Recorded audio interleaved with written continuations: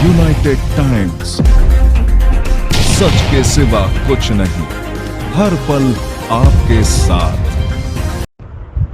रतन टाटा के निधन पर केंद्रीय मंत्री ज्योतिरादित्य सिंधिया ने कहा, आज पूरे देश के लिए दुखद दिन है। भारत के सच्चे सपूत रतन टाटा हमारे बीच नहीं रहे। उनका जीवन हर युवा और भारतीय के लिए प्रेरणा है। उनकी दृढ़ इच्छा शक्ति, जोखिम उठाने की उनमें क्षमता, वे उन चीजों में निवेश करते थे जिनमें दूसरे निवेश करने से डरते थे। आज पूरे देश के लिए एक बहुत दुखद दिन है। भारत माता के सच्चे सपूत रतन टाटा जी आज हमारे समक्ष नहीं रहे। उनकी जिंदगी एक प्रेरणा है हर नौजवान के लिए, हर भारतीय के लिए। उनकी दृढ़ इच्छा शक्ति, उनकी रिस्क लेने की क्षमता, उनका एक अटल संकल्प, और जहां लोग डरते थे निवेश करने के लिए, वहीं रतन टाटा जी आगे बढ़ के निवेश करते थे।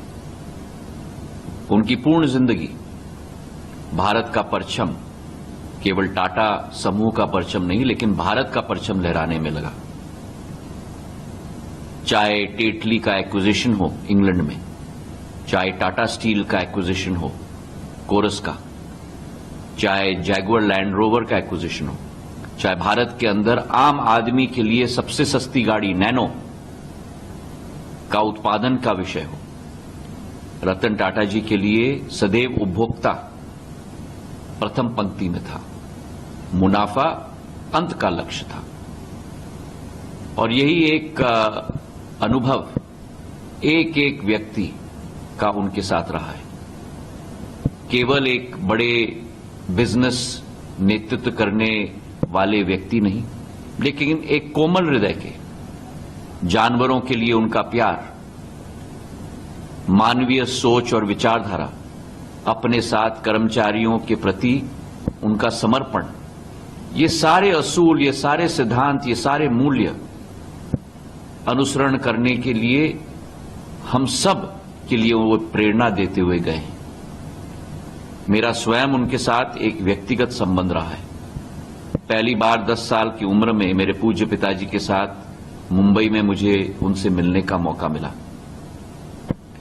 और टाटा समूह और टाटा परिवार का रिश्ता सिंधिया परिवार के साथ पीढ़ियों पुराना है। सर जमशेद जी टाटा जब टाटा स्टील बना रहे थे, उस समय मेरे पूज्य पिताजी के दादा माधव महाराज प्रथम ने उन्हें योगदान, मदद और राशि के आधार पर दी थी।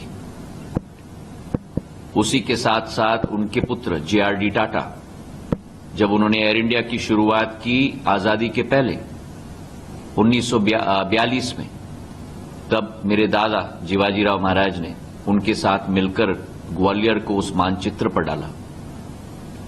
मेरे पूज्य पिताजी का भी उनके साथ एक निकटता का संबंध था, और 40 साल का मेरा संबंध उनके साथ,